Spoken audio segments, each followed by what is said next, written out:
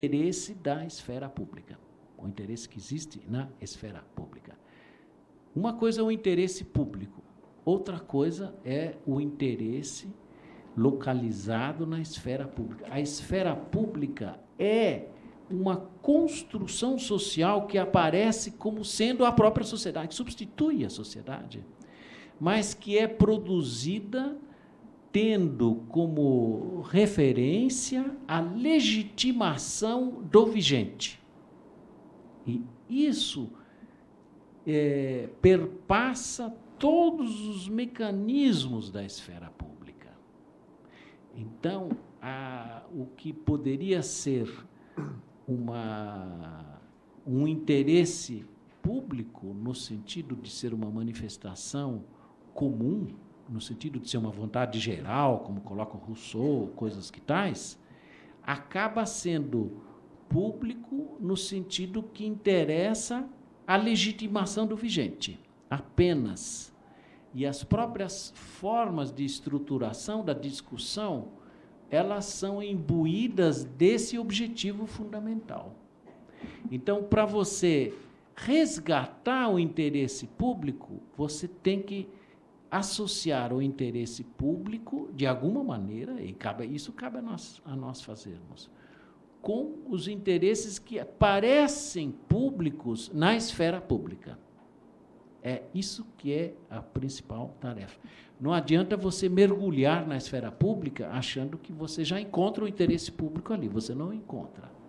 Não é? A esfera pública é um todo, é uma sociedade. A sociedade se reproduz construindo uma outra sociedade que aparece no lugar dela, onde as decisões parecem ser decisões plenamente tomadas racionalmente, consensuais, mas, na verdade, tudo já acontece num determinado âmbito, cujos limites já são traçados e não é possível sair dali, a não ser que você tenha em mente que há essa diferença. É preciso, então, retomar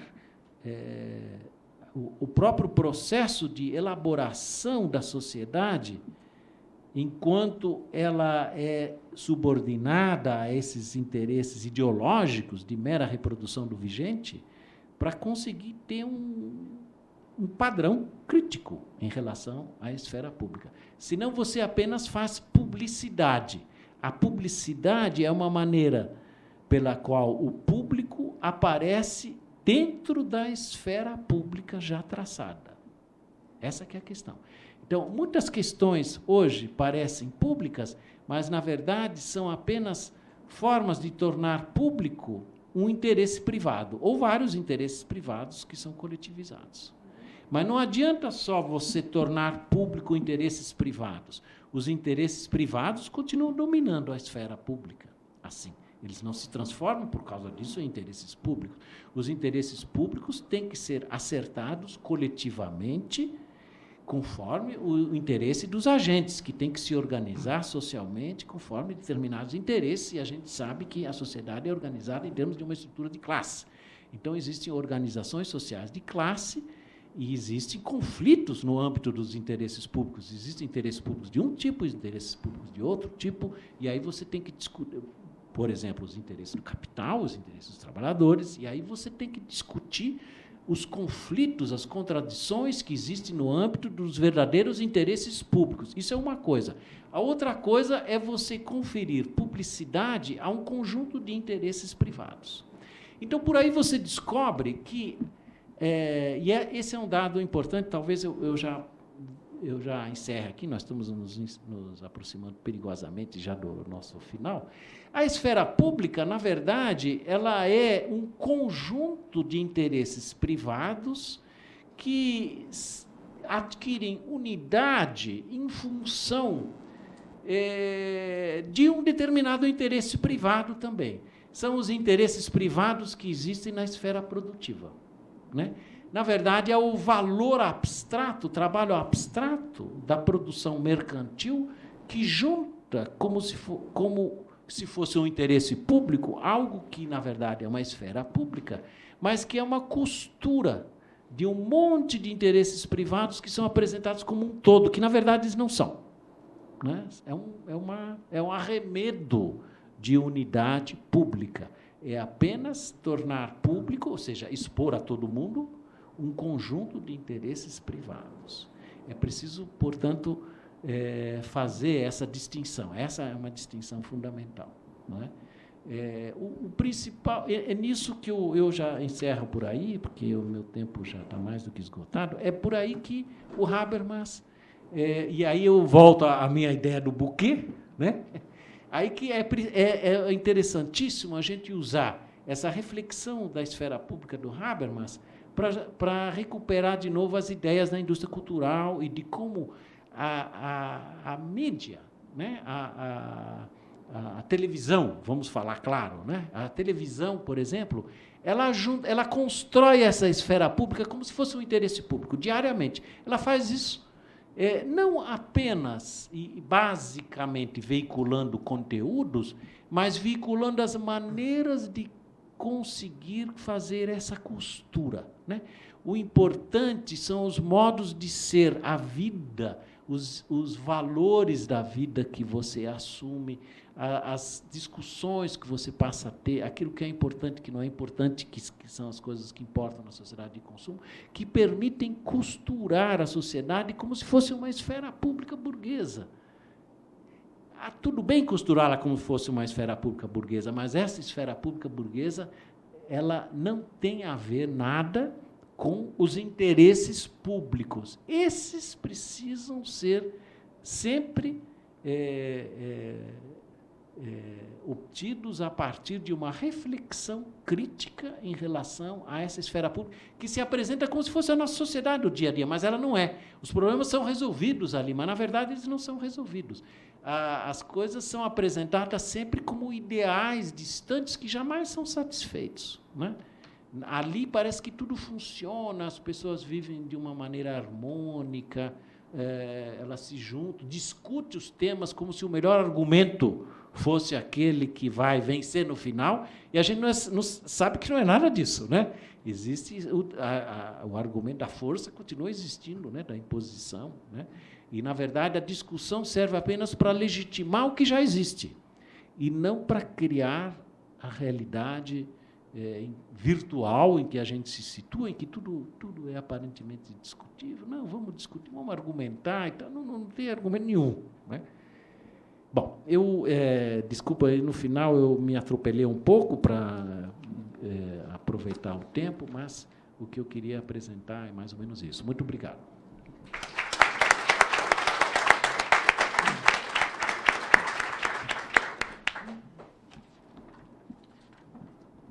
Bem, eu queria agradecer a palestra do professor Wolfgang e queria dar início às perguntas, talvez até aos debates. Eu queria propor uma pergunta para cada um dos palestrantes. Não sei se uma pergunta ou um convite a um certo desenvolvimento. Para o professor Celso Frederico, eu proponho o seguinte. Dentro da perspectiva marxista proposta, a produção e o consumo aparecem interrelacionados e a ênfase é colocada na produção. Num determinado momento da sua fala, o senhor observa que,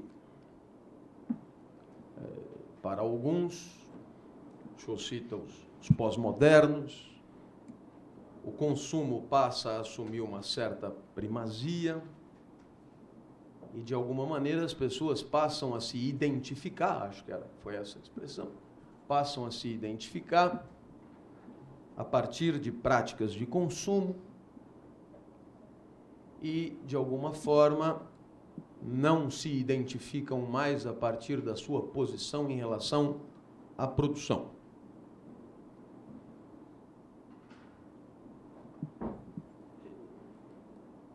eu gostaria de ouvi-lo mais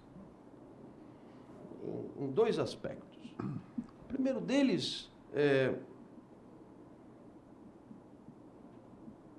parece crer que o consumo como elemento significativo dos discursos identitários, né, das definições de si, segundo entendi, terminam por impedir uma autodefinição a partir dos critérios clássicos da produção, e isso, de alguma maneira,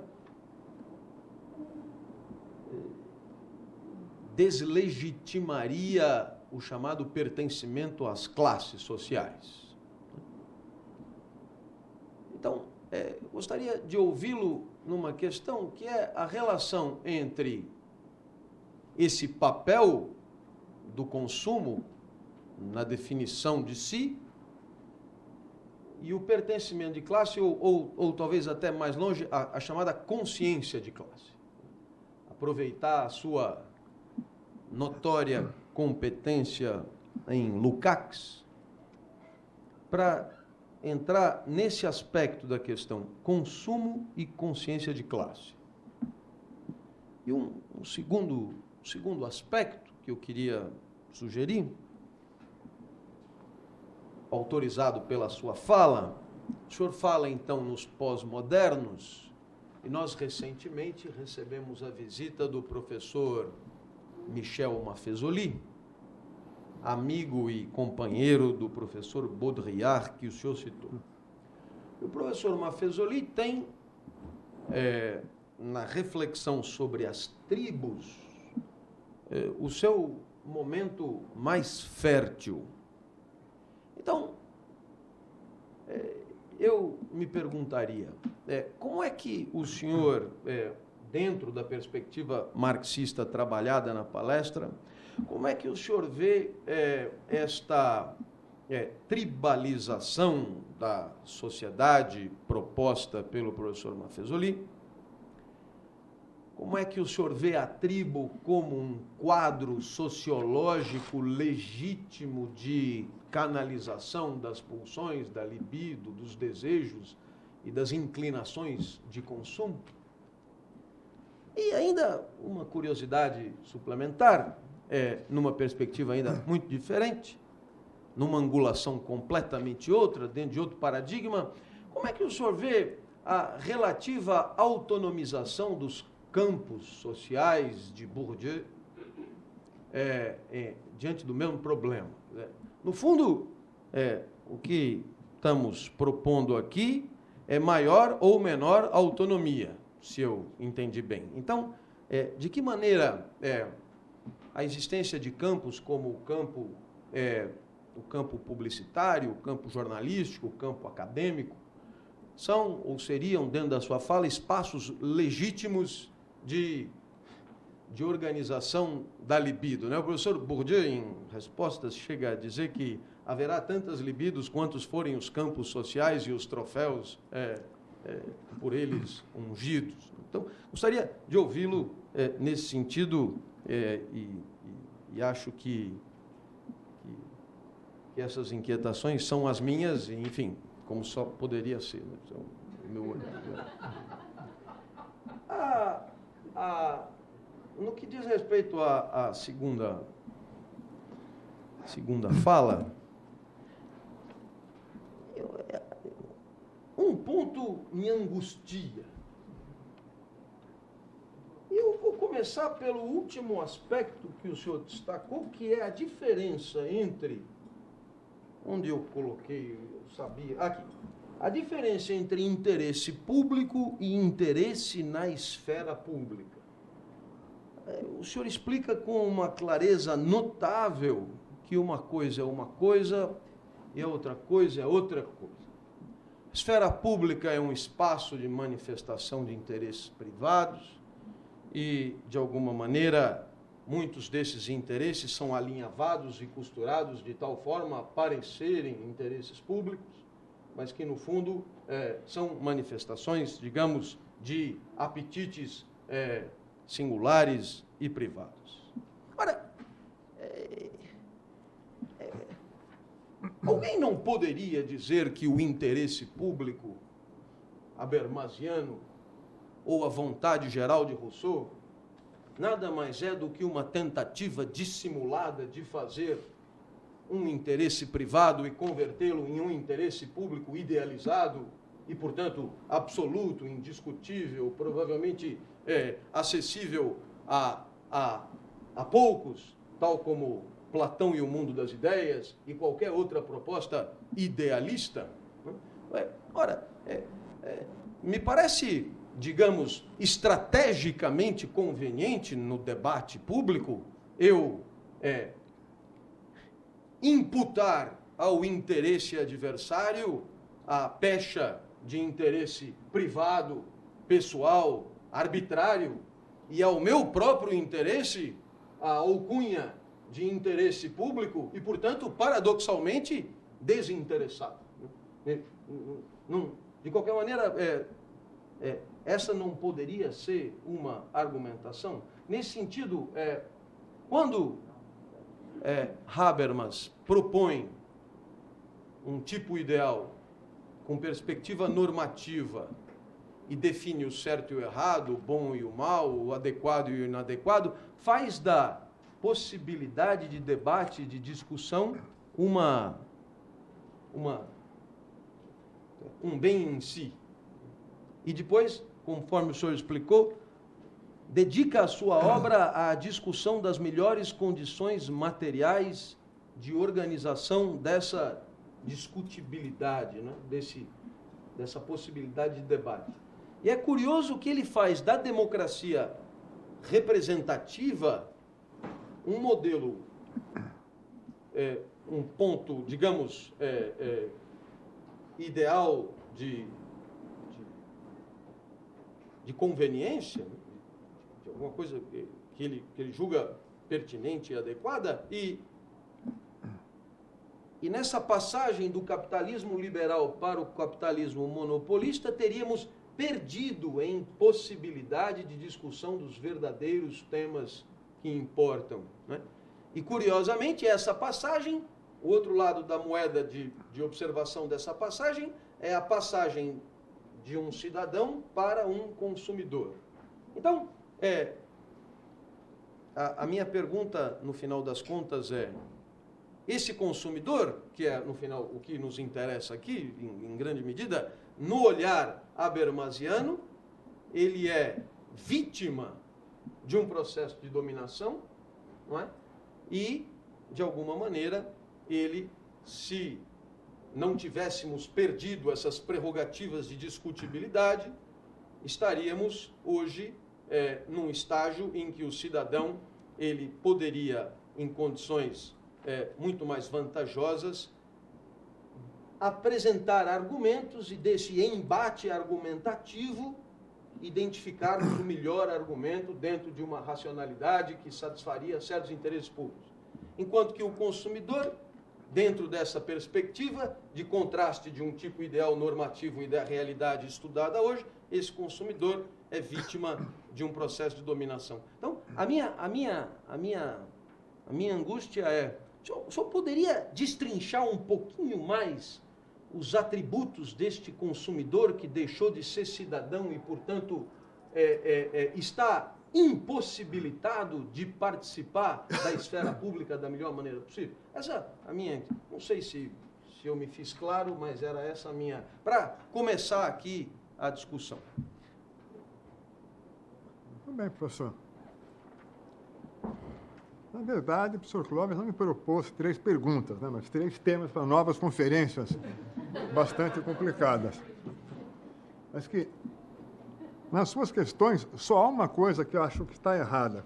São questões postas por inquietações minhas, né? Não são só suas, não. Eu acho que são inquietações gerais, né, que passaram pelo Clóvis. São coisas que estão no ar.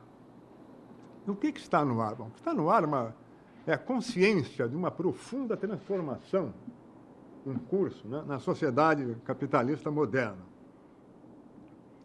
que é um fenômeno ligado à restauração produtiva, ligado às formas de acumulação do capital, e que aparecem, né, socialmente, né, sob o tema da crise das instituições. De repente, as tradicionais instituições, né, a família, os partidos, o sindicato, a Igreja Católica, por exemplo, todas elas entraram numa crise profunda. Então, as identidades dos indivíduos, nesse momento, está por crise também. Elas são reforçadas por uma própria tendência do capitalismo, que é o individualismo, né? Transformar o indivíduo num consumidor, né, atomizado tal, e não mais como membro da sociedade. Um dos primeiros teóricos da sociedade, da sociologia, pensar nos positivistas, né, eles tinham claro a visão de que a sociedade era um organismo, e que as pessoas eram funções, parte do organismo, e não átomos, né? Então, nós estamos vivendo hoje essa situação toda.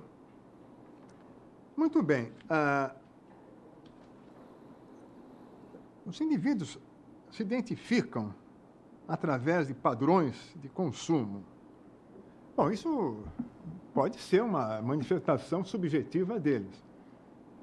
Né, que eles se identificam por estilos de vida, por modas e coisas parecidas.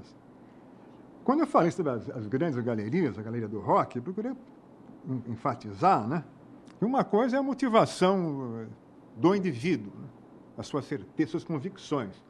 E aqueles jovens são bem convictos, né, de que eles são seres inconfundíveis, únicos, que afirmam com agressividade a sua nova identidade. Na verdade, essa identidade deles é uma coisa que foi produzida socialmente.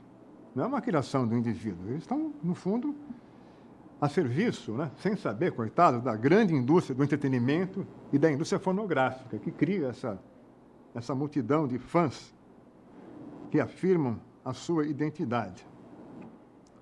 E a afirmação da identidade é um tema importante, principalmente por causa de uma sociedade como a nossa, que tem uma divisão profunda na sua estrutura. Isso se reproduz também na estrutura psicológica dos indivíduos. Não é à toa que uma das doenças mais marcantes do século passado e desse século é a esquizofrenia, né? A divisão do freno. As pessoas estão divididas.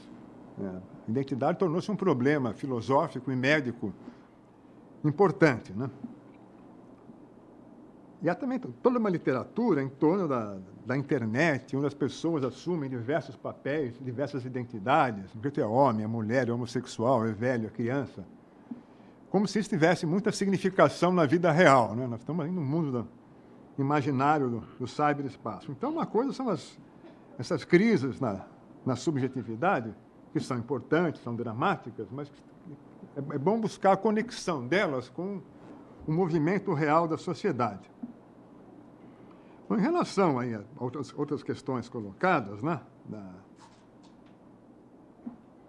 da erotização do consumo feita pela publicidade, também algo vai nessa direção. Uma coisa é a relação do indivíduo consumidor com a mercadoria. Outra coisa é a verdade do mundo da produção. São duas esferas diferentes. Alguns autores chegam a falar que a mercadoria não tem mais... O importante não é o valor de uso, é a utilidade, né? Mas é o valor de gozo, aquela relação erotizada entre o cidadão que compra uma coisa de grife, então está em posse de um objeto previamente erotizado pela publicidade. Bom, isso se passa sempre na esfera subjetiva. O mundo objetivo tem outra dinâmica.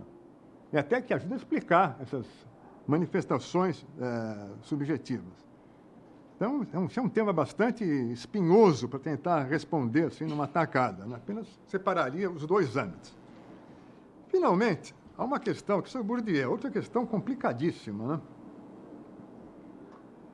Bourdieu é um grande autor, respeitável, mas a sua lembrança do Bourdieu foi não foi ingênua, né? Porque, no fundo, está colocando uma questão, uma teoria centrada na ideia dos campos, a uma visão totalizante da sociedade, tal como aparece em Marx. Né? O capitalismo é um modo de produção, é uma totalidade orgânica, se desenvolve e tal. E que, portanto, exige um conhecimento totalizante para dar conta do seu objeto. Então, o que foi exatamente, o que é a obra de Marx? É uma obra de economia? Não é. É também, mas não é. De sociologia, é. De história também é. De antropologia, é. De filosofia. É tudo isso que tem um objeto pela frente e tem uma concepção. É preciso ter uma concepção totalizante na teoria para dar conta do objeto, que é uma totalidade. Agora, o Bourdieu teve grandes méritos, me parece, eu não posso, por exemplo, concordar com essa ideia dos campos, que, no fundo, leva a uma autonomização das esferas. Você tem várias esferas com lógicas próprias. E, com isso, a ideia de totalidade fica fragmentada, né? Acho que aí se perde um pouco as coisas. Eu convivo sempre com essa ideia do campo da comunicação, expressão que ele não usa, mas é muito usada nas escolas de comunicação para buscar legitimar os estudos comunicacionais, que eu acho uma proposta legítima. Mas a ideia de campo, e outros termos que o Bourdieu usa, como condomínios teóricos, várias expressões que são sempre metáforas espaciais, onde a ideia do tempo, do processo, fica um pouco em segundo plano. Eu prefiro, ao contrário, voltar à totalidade histórica. É uma ideia que eu acho mais...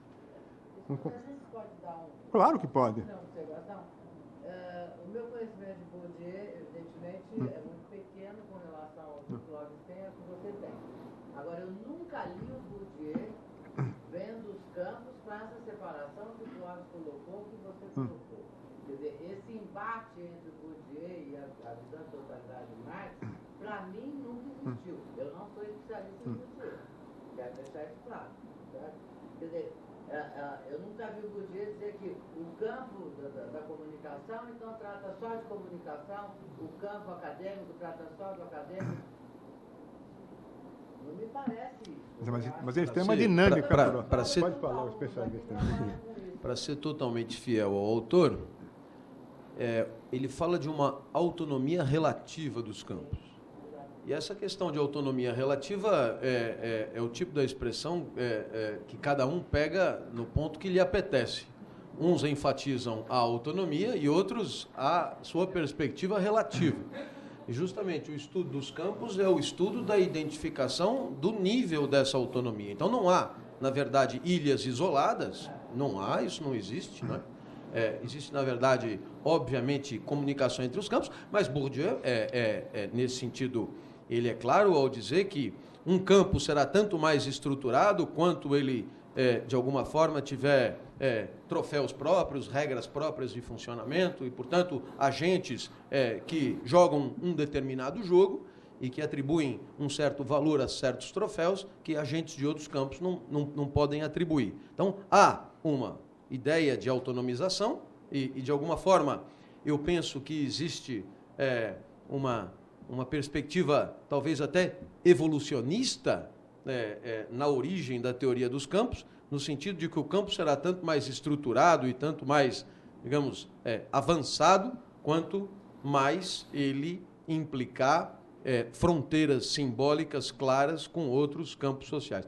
De qualquer maneira, há aí uma questão de autonomia e de autonomia relativa que satisfaz, resolve o problema diplomaticamente. O que, aliás, não tem em Marx, né? Quando Marx fala que a superestrutura não tem história, ele está dizendo o seguinte: não há, a rigor, uma história da literatura, como também não há uma história da publicidade. Isto é, a superestrutura não caminha sozinha. As modificações na literatura, por exemplo, a passagem do realismo para o naturalismo, isso se explica como?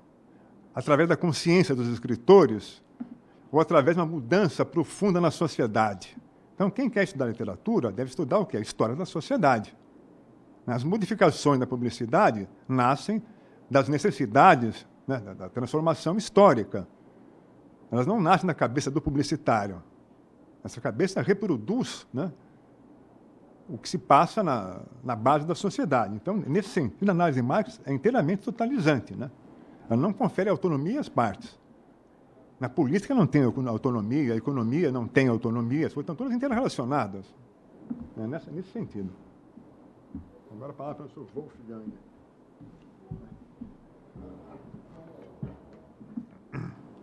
Bem, eu considero uma questão muito relevante. Eu acho que foi uma questão só, né, que me foi apresentada, né, e que permite, eu acho, que avançar um pouco.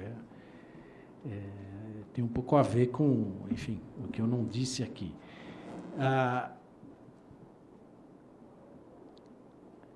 É importante pensar na sociedade de massas como uma sociedade que impõe as formas da sua experiência.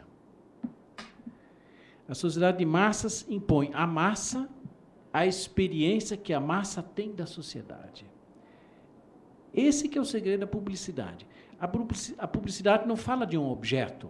A publicidade cria uma forma de experiência de objetos.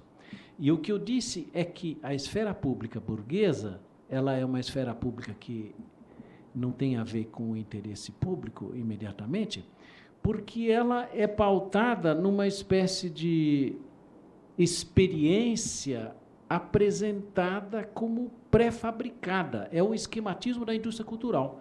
A indústria cultural apresenta um esquematismo pelo qual você experiencia, talvez a palavra seja melhor, o objeto. Né? É importante diferenciar a experiência de experimento científico. Né? Experiência no sentido de experiência mesmo, né? De ter uma relação com o objeto. Então, o problema da esfera pública é que a esfera pública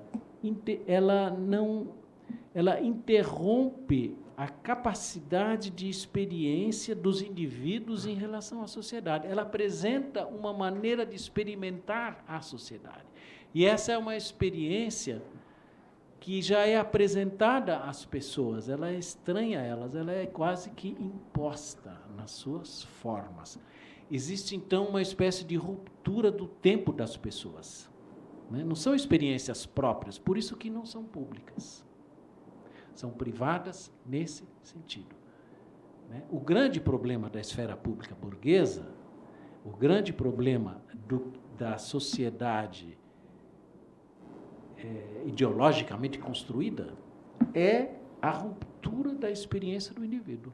O indivíduo não consegue dar conta daquilo. É apresentado a ele como algo pronto, ele já sabe como elaborar aquilo, mas aquilo não se sustenta na sua vida própria, né, do cotidiano. Né? A sua vida do cotidiano é outra, em que os conflitos não se resolvem assim. Então, como fazer essa experiência? Como fazer a passagem? Essa é a dificuldade. É por isso que existe esse conflito entre o interesse público e os interesses privados. É preciso examinar essa questão da experiência. Esse é um dos grandes problemas, né? O problema do tempo, da duração, de como se relacionar com as coisas, de como se formar nelas, né? Como fazer delas um pedaço da gente, como conseguir operar com elas. Esse é um dos problemas dessa esfera pública. Eu queria só deixar claro, a publicidade é uma questão técnica ali, não é? Não se trata de ser a favor ou contra ela, trata-se apenas de examiná-la, né? Mas não vamos examiná-la ingenuamente, no sentido de que ela é ela não é neutra, né? Ela tem formas de se organizar que obstruem a capacidade da experiência, né? Eu me relaciono de uma maneira com os objetos, enquanto eles são colocados como mercadorias na troca, que é diferente da minha relação com os objetos enquanto eles estariam fora de um ambiente de troca, por causa da imposição do valor, que cria um equivalente geral que junta tudo. Esse que é o problema. Né? Agora, todas as coisas são, ao mesmo tempo, mercadorias e outras coisas. O importante é evitar que elas sejam só mercadorias. Aliás, é o que o Adorno e o Horkheimer sempre insistem. O problema da indústria cultural... A arte sempre foi mercadoria, mas ela não pode ser só mercadoria. Ela não pode ser produzida só para ser mercadoria, porque aí ela impede a fruição, porque ela impede a experiência verdadeira. Esse que é o problema. Aliás, o Celso acabou de falar isso em outras palavras, quando ele falou o negócio da... Eu prefiro, em vez de gozo, eu prefiro sempre a palavra fruição. Eu acho gozo uma palavra muito né? Mas, enfim, tanto faz, eu estou entendendo. Né? Mas esse que é o problema. O problema é que quando uma coisa é só mercadoria e se estrutura só como mercadoria, impede a experiência do objeto singular que ela representa. Mas ela tem sempre um objeto de uso. Então, por exemplo, o McDonald's serve para alimentar a gente. Não adianta eu dizer o McDonald's ele é feito de gordura trans e ele é um produto de coisa. Filho pequeno adora McDonald's, e pai vive falando, isso faz mal, mas eu quero ir no McDonald's. Mas o McDonald's serve para alimentar. Ele é comida. Ele é comida. E enquanto ele é comida, ele não é mercadoria. Ele tem um valor de uso. O problema é que a sociedade acaba girando em torno de coisas que são reduzidas só a esse que é o problema. Esse que é o problema. Não é? Então, eu não sei se eu respondi, eu talvez compliquei mais, mas eu quis entrar... Essa questão da experiência eu acabei não colocando, porque o meu tempo ficou um pouco reduzido, mas eu espero ter contribuído.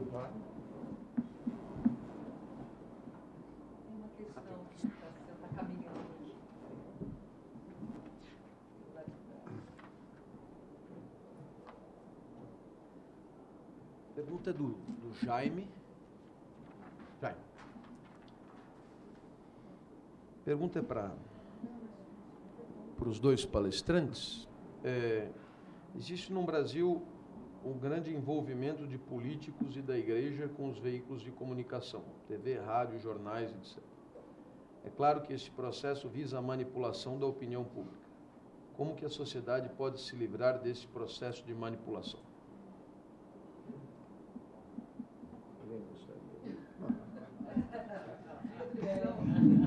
Você vai resolver o problema agora, hein, Celso? Vou resolver. É muito fácil, controlando socialmente os meios de comunicação. Né? Mas como se controla, não sei. Né? Fazendo política. Como, também não sei. Né? Nessa altura da vida.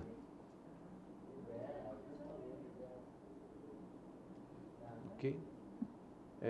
De fato, é complicado, porque os meios de comunicação não são autônomos. Né? Eles têm ligações carnais, por usar uma palavra para chocar um pouco o Wolfgang, com o mundo real.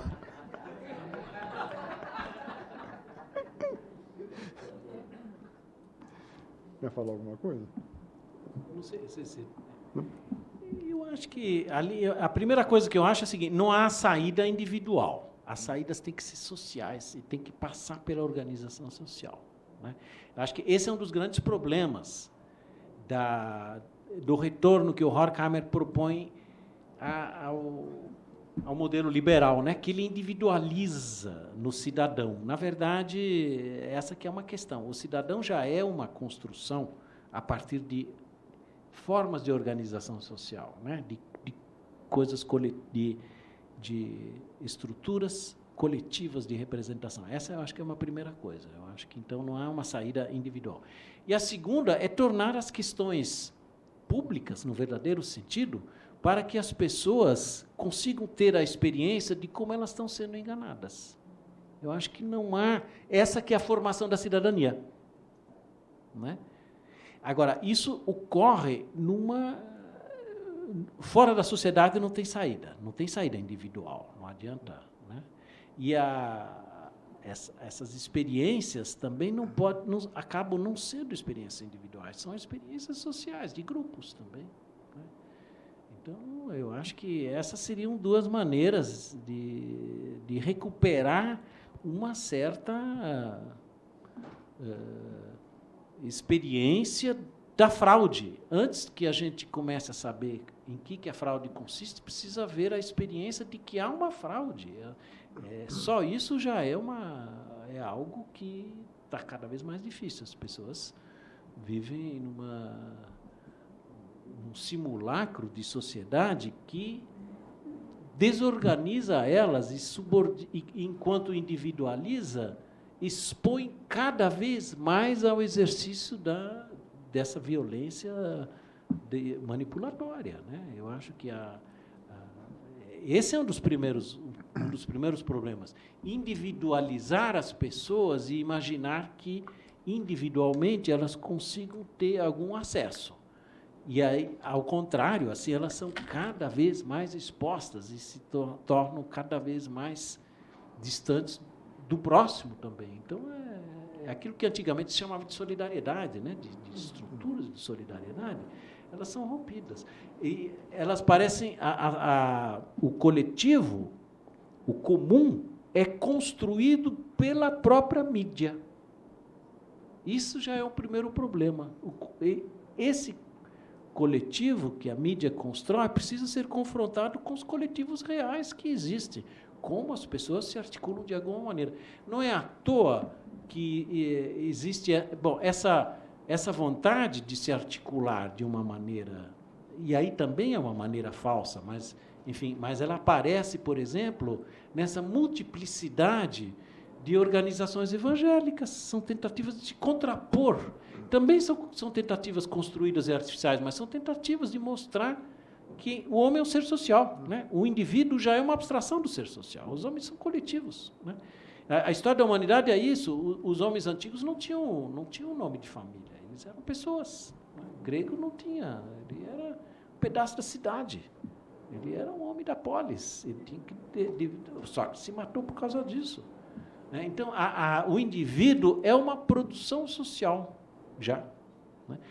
E quanto mais o individualismo é exacerbado, mais a gente é subordinado a esse tipo de dominação. Então, eu acho que essa é uma das primeiras maneiras. É a organização. Agora, a organização não pode ser inteiramente artificial, ela tem que ser feita em cima, por exemplo, de critérios de produção, de alguma outra maneira. Mas nós estamos vendo um individualismo crescente. As pessoas lastimam a manipulação num ambiente que favorece aquilo que elas lastimam. Não tem saída individual, não existe isso. Não sei, eu estou também me aprofundando, eu também não sei. Se eu soubesse, a gente já não estava aqui, né? Temos 2 perguntas agendadas. Professora Rose. As várias questões que me surgiram, eu pretendo produzir algum texto, que eu não vou conseguir trazer todos agora, mas certamente eu queria fazer apenas um comentário. Eu trabalho com consumo cultural juvenil e é impressionante o que a gente descobre quando estuda o que os jovens concretamente estão fazendo. Concretamente, eles estão se organizando em coletivos, são saídas que mesclam estratos universais a particulares, são saídas profundamente, legitimamente fundadas no consumo. Sim, para além das tribos, os jovens têm uma compreensão da apropriação que eles estão fazendo do consumo. Não é uma ação passiva, de modo algum. Eles se apropriam de produtos culturais, de ferramentas tecnológicas. Tem aqui alguém estudando especificamente isso, né, na música, que eles estão, a partir daí, do consumo, hoje, construindo o que a gente vem chamando na América Latina de cidadanias juvenis emergentes. É um grupo específico dentro da Claxo, que acho que os colegas conhecem, que está exatamente dando isso, como a partir do consumo cultural,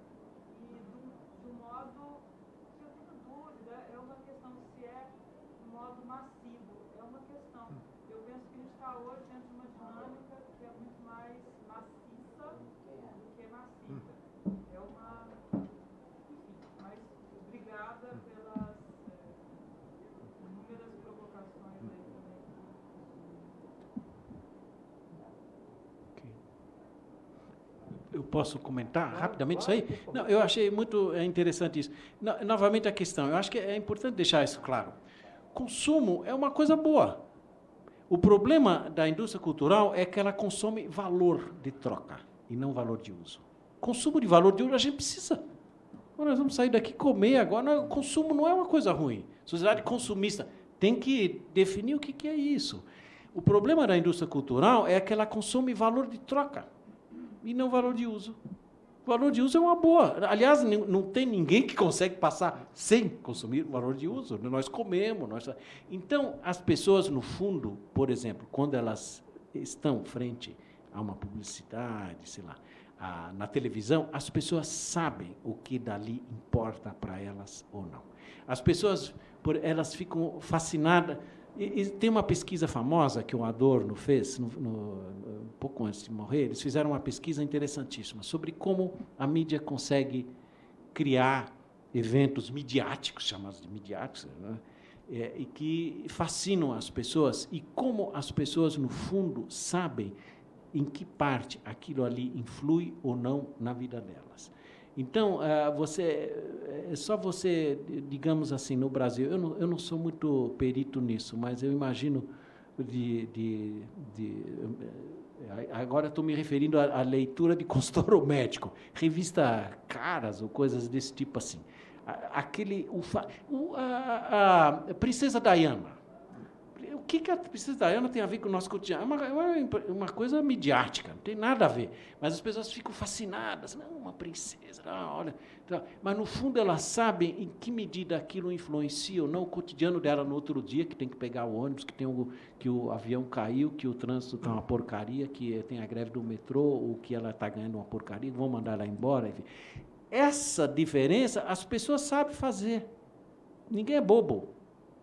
Uma coisa elas consomem no dia a dia, a outra coisa é o que a sociedade quer construir. Porque se cria é importante para a mídia falar da Princesa Diana, etc., para construir uma outra esfera que junta as coisas, né? Meus filhos são os príncipes,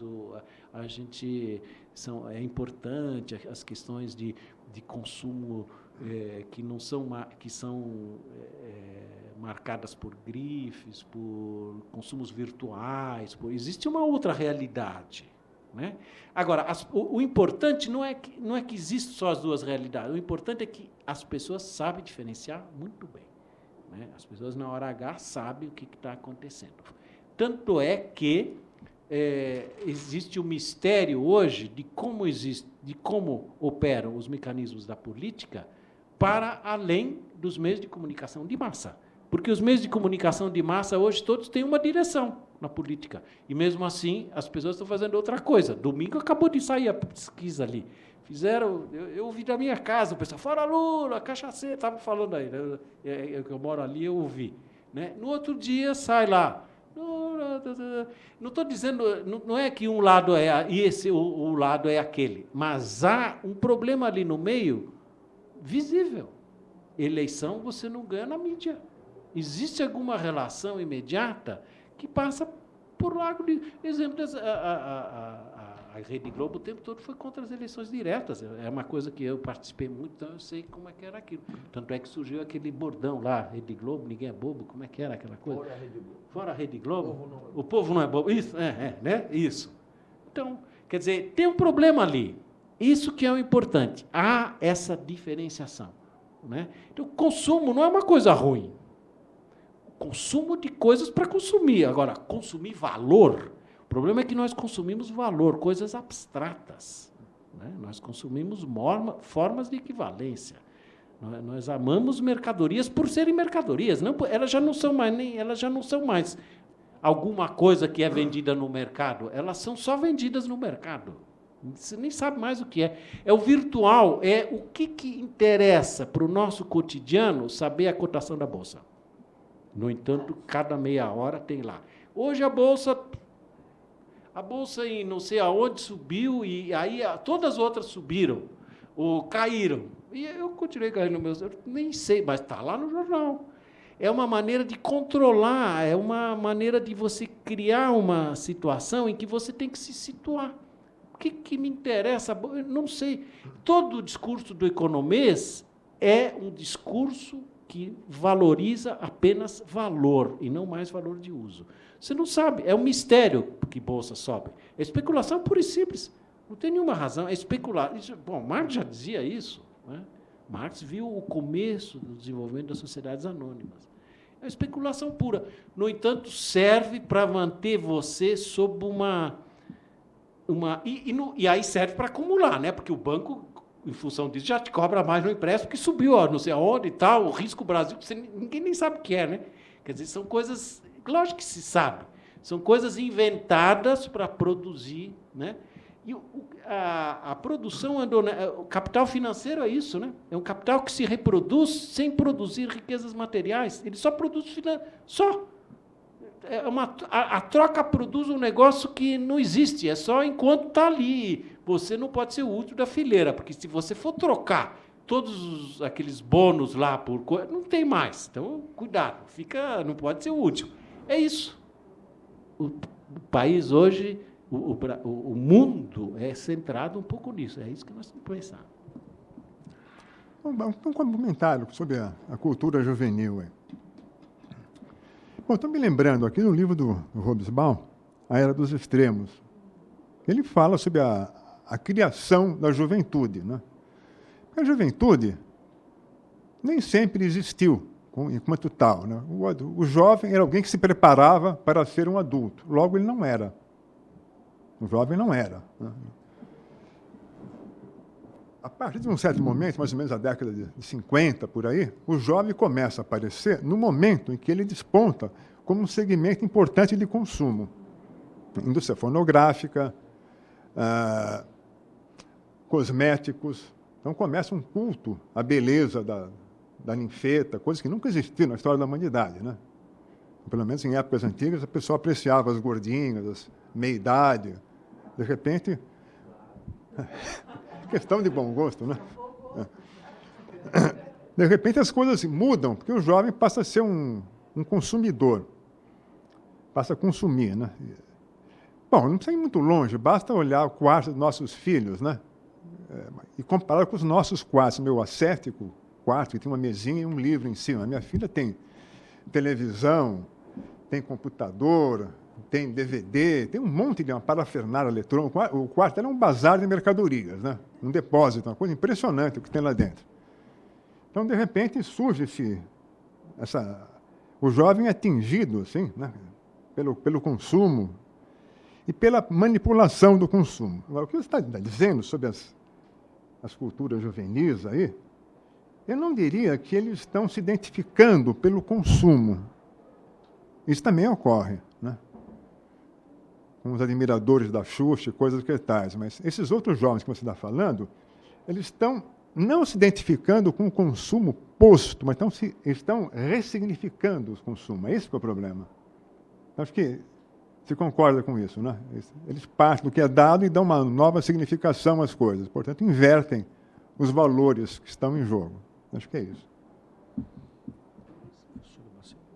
Olha, eu já perdi a oportunidade de tal, mas eu só quero dizer para ambos, né, que ficou cada vez mais claro que realmente a presença de alguém que falasse de Gramsci tinha tudo a ver. A questão da hegemonia, que eu acho assim, que resolve uma porção de questões que foram colocadas aqui, a questão da organização da sociedade civil, outras tantas coisas e tal. E quero explicar a todos os membros da mesa que a professora Ivete, a doutora Ivete, ela tinha dito que ia falar e ia sair, que ela ia para a Argentina. Aí a Argentina mudou lá o estado e não foi. Bom, de qualquer modo, a gente vai trazê-la em algum momento para falar com a gente. Era isso, eram outras coisas que eu ia dizer. Eu ia dizer, ó, perdeu a oportunidade, mas essa questão, por exemplo, do todo, não sei o quê, tudo que o Marx fala sobre educação, de você ver o que está, eu costumo dizer, o que está atrás da telinha, tudo que ele fala é isso mesmo. Você tem um livro clássico sobre cinema, do Júlio Garcia Espinosa, que se chama Por um Cinema Imperfeito, que é isso mesmo, todo mundo tem que fazer para saber como é que é a coisa. Então, há uma série de coisas que eu queria falar em algum momento, mas eu acho que também não é hora de eu falar, eu preciso que vocês falem. Eu Bom,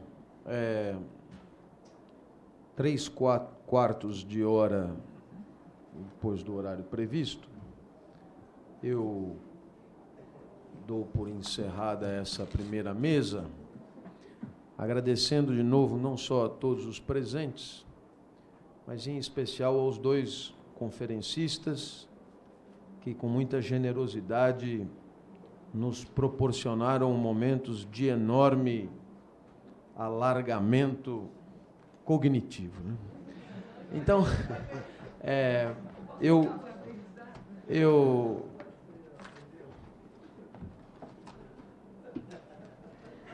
faça como quiser, né? Então,